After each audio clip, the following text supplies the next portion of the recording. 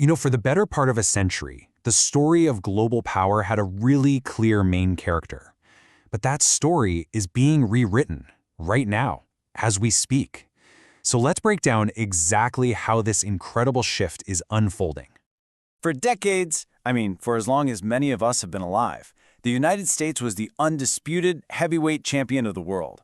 Militarily, economically, culturally, you name it. America set the rules, it led the big alliances, and the US dollar was king. That was just the way things were. But if you look closely at the world stage today, you can see a new giant stepping right into the spotlight. And that giant is China. We're not just talking about factories making cheap stuff anymore.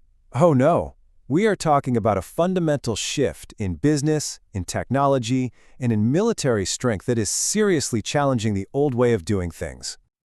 And that, right there, brings us to what might be the most important question of our time.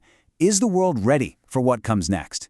In this explainer, we're going to break down this monumental change nice and simple so you can see exactly what's at stake for all of us. So how in the world did this happen so fast? Well, let's start by looking at China's absolutely incredible transformation. Just think about it for a second. 25 years ago, if you saw a Made in China label, you probably thought of something inexpensive, maybe mass-produced, right?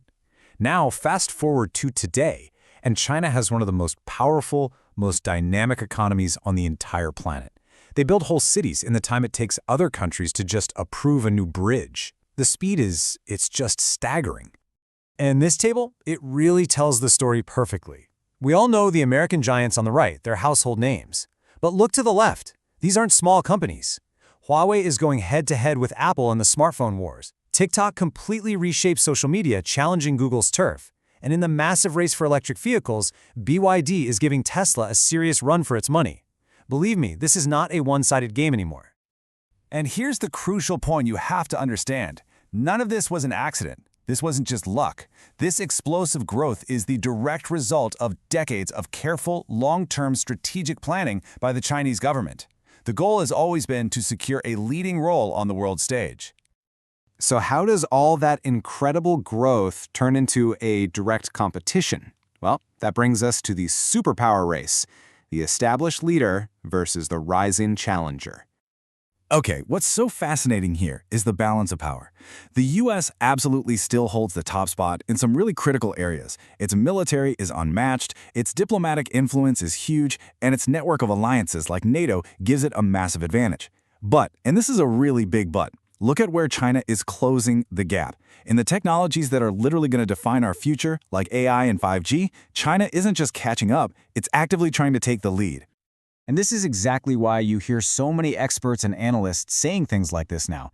This isn't some fringe idea anymore. The possibility that the world's #1 superpower might not be the US in the coming decades, well, that's a very real scenario that leaders all over the world are actually starting to plan for. So how is China building up all this influence so quickly? Well, one of its most powerful tools isn't a weapon at all. It's trade. Just let this number sink in for a minute. Over 120 countries now count China as their single biggest trading partner. We're talking more than half the world. That gives Beijing an unbelievable amount of economic leverage. And here's the playbook, laid out in 3 simple steps. You see this a lot with their massive Belt and Road Initiative. First, China goes in and builds essential stuff for other nations. We're talking ports, railways, power plants. Second, those nations start to become economically dependent on all that Chinese trade and investment. And third, that dependency turns directly into global political influence. Because let's be honest, when your entire economy relies on someone, you tend to listen pretty carefully to what they have to say. So, as you can imagine, this rapid rise is creating a lot of tension, a lot of worry around the globe. And it's leading many people to ask if we're stumbling into a new kind of global conflict. These are the big concerns that are pushing other major powers, like the US, Japan, India, and Australia, to form their own counter-alliances.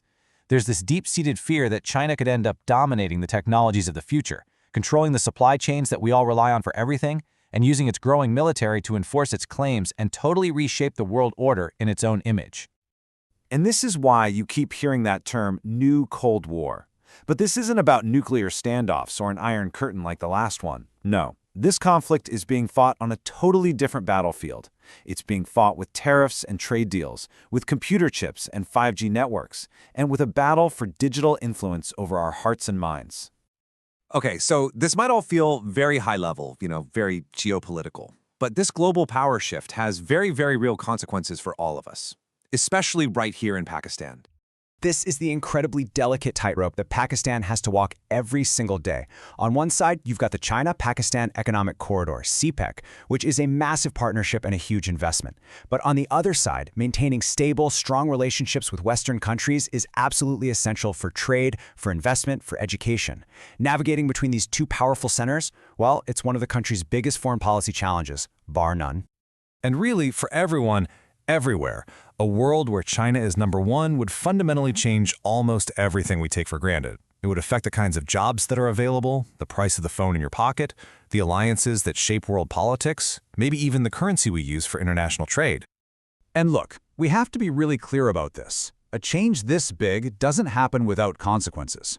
As the global order gets remade, it is going to create incredible new opportunities for some countries and some industries, while posing some really serious challenges for others. There will be winners and there will be losers. It is genuinely not an exaggeration to say that we are all living through and witnessing history in the making. The decisions that are made, the shifts that happen right now in this decade will very likely define the entire course of the 21st century. So, when you boil it all down, China's rise seems pretty much inevitable at this point. The real question isn't if it's going to happen anymore. The question we all need to be asking is, what will the world actually look like when it does? How will nations, industries, and how will you and I adapt to this brand new reality? That's the question that's going to shape all of our futures.